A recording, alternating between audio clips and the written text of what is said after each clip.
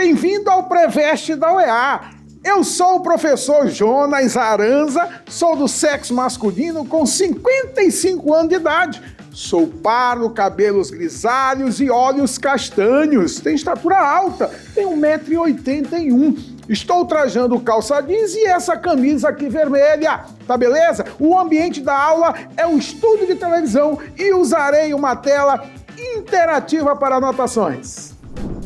Na aula de hoje nós vamos falar de gestação, nós vamos revisar aspectos extremamente importantes a respeito de gestação. Assunto novo para você, hein? Assunto novo, do novo ensino médio aí. Cuidado com isso, beleza? Viaja comigo aí na biologia. Bom, para nós falarmos de gestação, a gente vai falar daqui a pouco de fecundação para vocês. Mas o que é fecundação? É o encontro do gameta masculino e feminino. Mas vamos ver, primeiramente, as estruturas dos gametas?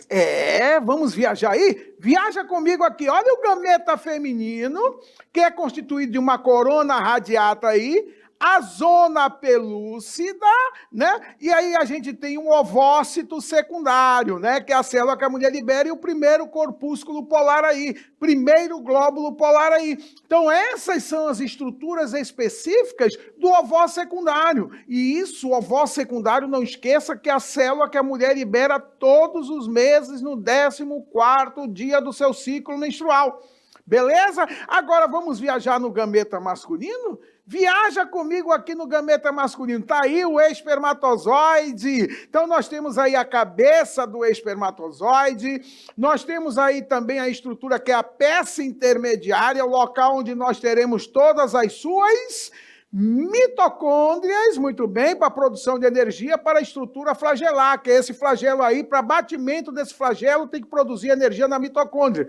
Nós temos ali o núcleo do espermatozoide, que vai entrar na fecundação, e o acrossomo. Esse acrossomo é o capuz do espermatozoide, onde dentro existem enzimas, onde essas enzimas irão fazer o quê? Facilitar a entrada do núcleo masculino. Isto é, vai facilitar o processo de fecundação. Então nós viajamos aí, sabe o quê? Nos gametas aí, o gameta masculino, não é verdade? Com a cabeça, a peça intermediária, a mitocôndria e o flagelo, né? E também nós viajamos no gameta o quê? No gameta feminino. Nós vimos a corona radiada, que são células foliculares. Nós vimos ali a zona pelúcida, nós vimos ali o primeiro glóbulo polar e nós vimos o núcleo da célula ali. Beleza? Então, não esqueça essas estruturas extremamente importantes aí para vocês. E agora, nós vamos trabalhar com vocês a fecundação. É o encontro desses dois gametas aí.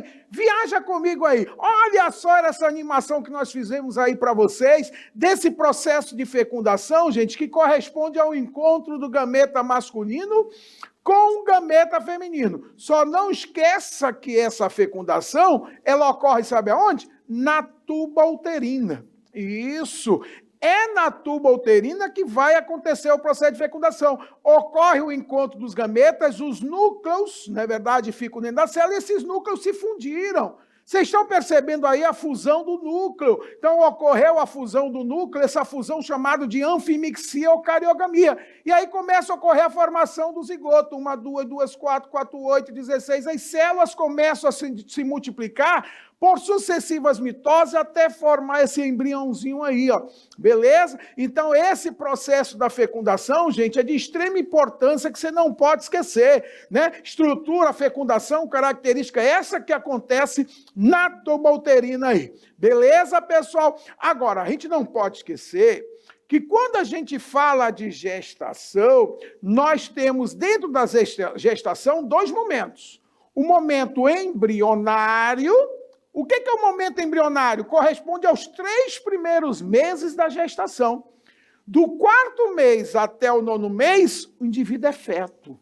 Certo? E o que é o feto? O feto é a fase de crescimento, é a fase que ele vai crescer, porque a fase de desenvolvimento embrionário é a fase que vai formar todas essas estruturas que me mantêm vivo, o meu sistema respiratório, o meu sistema circulatório, o meu sistema urinário, o sistema reprodutor. Esses sistemas todos que me mantêm vivo, gente, são formados em apenas 3 meses, que é justamente o desenvolvimento embrionário. Como você está vendo aí na nossa imagem ali, né? Nós temos ali a fertilização, a fecundação, aí começa a acontecer multiplicação de células. Células estas que nós denominamos de blastômeros. Uma dando origem a 2 blastômeros, 2, 4 blastômeros, 4, 8 blastômeros, 8, 16 blastômeros, até nós formarmos essa fase do desenvolvimento embrionário. Com 16 células, a gente chamava esse embrião de mórula. Tá? Uma bola maciça de células. Depois, lá com 32 células, esse embrião vai ter a forma de blastocisto, que é essa fase que você está vendo aí, uma fase que dentro tem a blastocele, aquela cavidade interna, mas existe aquela massa celular dentro da blastocele que a gente denomina de embrioblastos. E essas células que estão em volta da blastocele, nós denominamos de trofoblastos aí.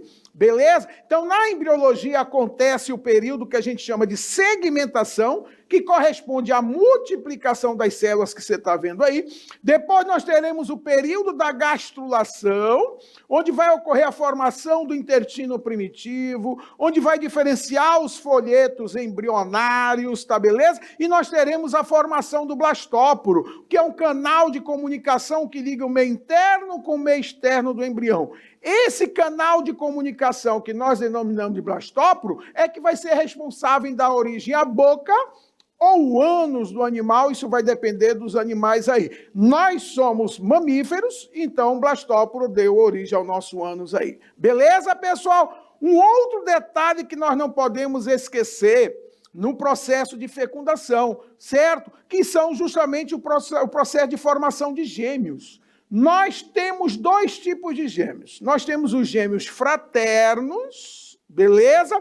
E nós temos os gêmeos univitelínicos. O que é um gêmeo univitelínico? Você tem ali o ovócito, a célula feminina, você tem ali a entrada do gameta masculino, o núcleo do gameta masculino, e ali nós temos apenas uma célula.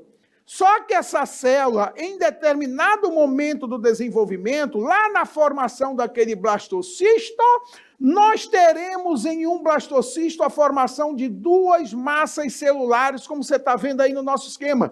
Então, tu vai ter uma placenta apenas para dois indivíduos. Esses indivíduos serão gêmeos idênticos. Por quê? Porque eles são originados de um mesmo ovo ou zigoto, como você está vendo aí no nosso esqueminha. E nós temos também os gêmeos fraternos, que são gêmeos oriundos de gametas diferentes. Então, a mulher ovulou 2 vezes, então ela teve uma poliovulação, o homem libera milhões de espermatozoides, foi um espermatozoide para um ovócito, e foi outro espermatozoide para outro ovócito ali, como você está vendo ali. Então, ali nós teremos a formação de 2 blastocistos, e cada blastocisto vai formar um indivíduo. Então, nós teremos 2 indivíduos que são considerados gêmeos fraternos. O que caracteriza isso? São gêmeos que são geneticamente diferentes. Pode ser de sexo diferente e tudo mais aí. Vimos aí na nossa animação? Perfeito, hein? Continue viajando na biologia. Preste atenção que isso aí é extremamente importante para a sua prova da UEA. Vamos aí nessa questão da Unesp aí de 2015. Preste atenção aqui. Ó, a análise do compartilhamento genético entre indivíduos resultantes da fecundação in vitro, tá, em laboratório, análise do parentesco biológico de indivíduos resultantes da fecundação in vitro. Vamos lá. Fátima tem uma má formação de útero, o que impede de ter gestação normal. Em razão disso, procurou por uma clínica de reprodução assistida, na qual foi submetida a tratamento hormonal para estimular a ovulação. Vários óvulos foram colhidos e fertilizados in vitro, em laboratório, com espermatozoide do seu marido. Vamos continuar nossa viagem aí? 2 zigotos se formaram e foram implantados cada um deles no útero de 2 mulheres diferentes, a famosa barriga de aluguel. Terminadas a gestação, 2 meninas nasceram no mesmo dia. Com relação ao parentesco biológico e ao compartilhamento de material genético entre elas, é correto afirmar que as meninas são, letra A, irmãs biológicas por parte de pai e por parte de mãe, pois compartilham com cada um deles 50% do seu material genético e compartilham entre si, em média, 50% de material genético. Certo? Vamos ver aí a letra B? Gêmeas idênticas, uma vez que são filhas da mesma mãe biológica e do mesmo pai, e compartilham com cada um deles 50% de seu material genético, mas compartilham entre si 100% de material genético. Vamos ver a letra C? Gêmeas fraternas, não idênticas, uma vez que foram formadas a partir de diferentes gametas. E, portanto, embora compartilhem com seus pais biológicos 50% do seu material genético, não compartilham material genético entre si. Vamos continuar aí? Letra D. Irmãs biológicas, apenas por parte de pai, doador do espermatozoide, com que compartilham 50% de seu material genético, sendo os outros 50% compartilhado com as respectivas mães que as gestaram. Letra E.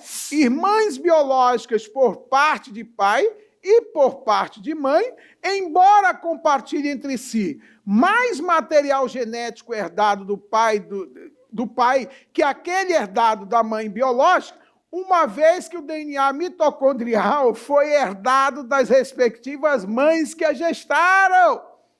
Vamos ver qual é a resposta dessa questão? Viaja comigo. Está aí a resposta, né? Irmãs biológicas, letra A, por parte de pai e por parte de mãe, pois compartilham com cada um deles 50% de seu material genético e compartilham entre si a média de 50% de material genético. Resposta aí, a letra A. Beleza, gente? Então não esqueçam desse detalhe importante que nós vimos aí nessa questão da Unesp.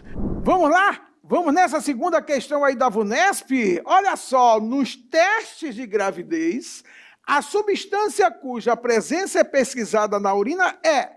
Você tem a letra A aí, o hormônio folículo estimulante, o famoso FSH. Letra B, o hormônio luteinizante, o famoso hormônio LH. Letra C, o hormônio gonadotropina coriônica, o famoso HCG.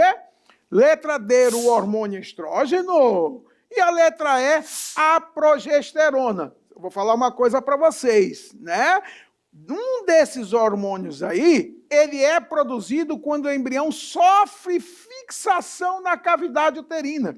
Fixação essa que a gente denomina de nidação. Então, quando o indivíduo nida no útero, já inicia-se a formação da placenta. Beleza? E essa placenta, gente, já começa a produzir um determinado hormônio. Um hormônio que, inclusive, é detectado no teste de gravidez.